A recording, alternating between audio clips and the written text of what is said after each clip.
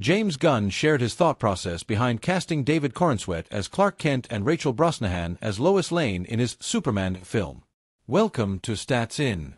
If you're just joining us, please subscribe and don't forget to turn on notifications bell for more video.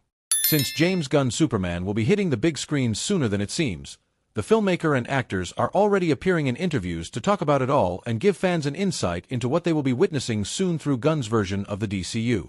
One of these interviews had the genius discussing the casting process behind the leads as well.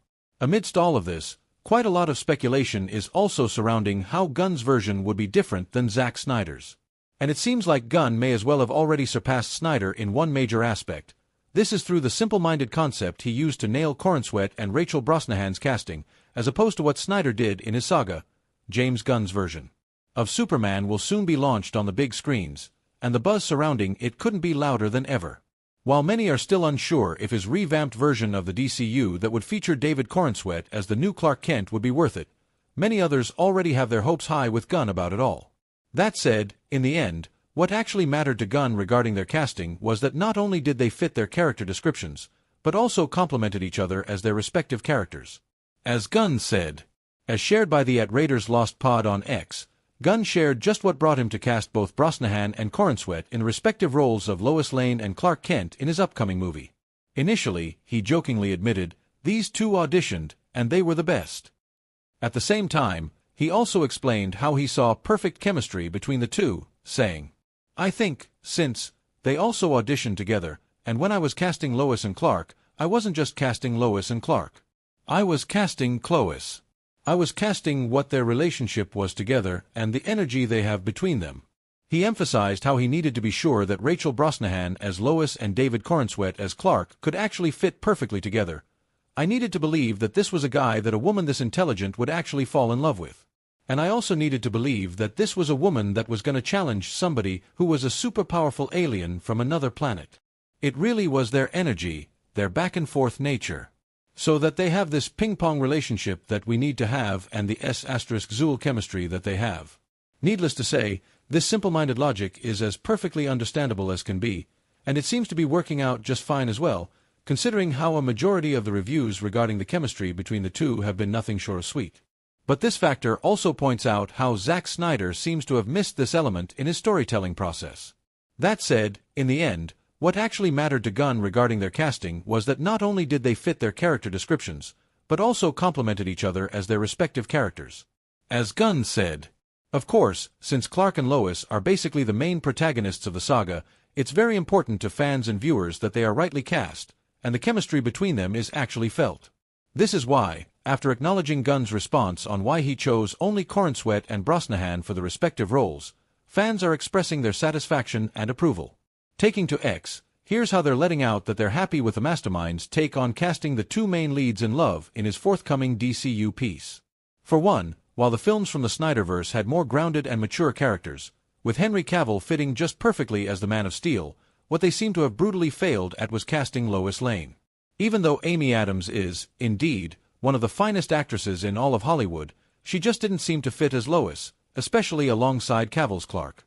To be frank, Snyder really miscast Adams in the role, considering how not only did fans point out that there seemed to be no real chemistry between her and Cavill, but also deemed her acting to have felt wooden and bland, see Reddit.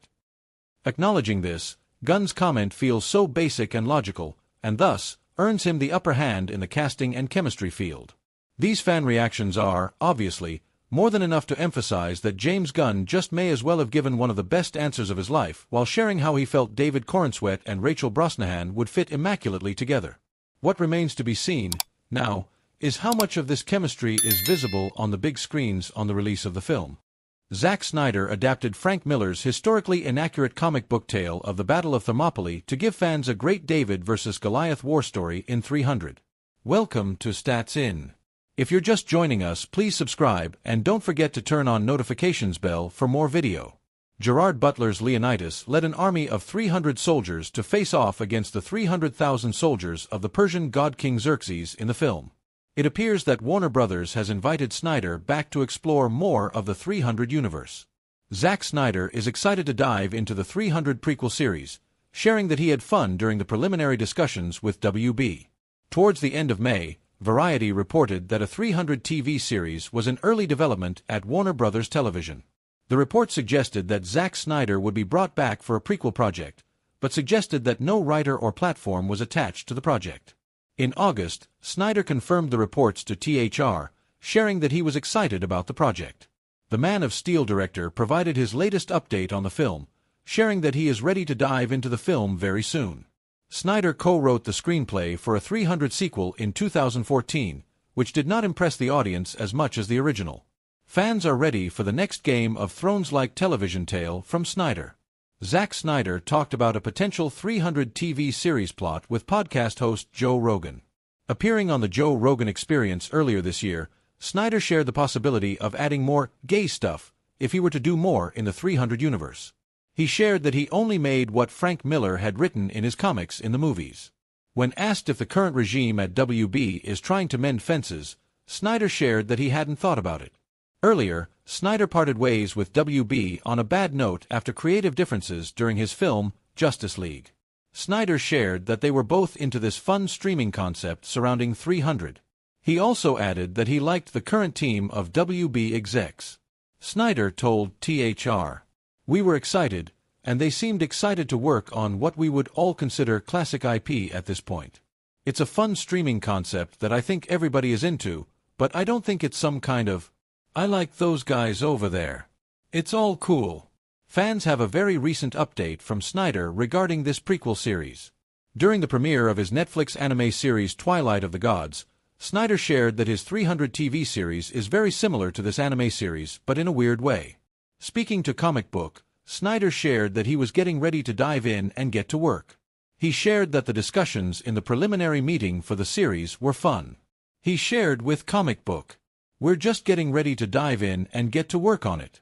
It's super fun, I love the world. And even just in the preliminary meetings we were talking about, like, what if this happened or that happened, just a lot of it's just really fun to like go, wow, it's a rich standard. It's similar to this, Twilight of the Gods, in a weird way. As far as there's a lot of underpinnings.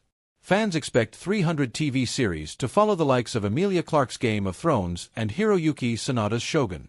The team behind the movie will likely return to the series project, including Deborah Snyder, who served as the executive producer of the film. However, he felt it was important to introduce the homosexual concepts in the series. Snyder promised a subversive twist if he ever got to do the series. He shared with Joe Rogan, "And we've been talking about doing a series where I really wanted to introduce those concepts a lot more because I just feel like it's important. If we go forward and do more in the 300 universe, I would want to bring that part in. I think it just shakes it up again. Like, what? Right when you thought you knew how to feel, I'm going to make you feel another way." Snyder also addressed the accusations of homophobia in his film 300. In one particular scene, Leonidas says the line, "Philosophers and boys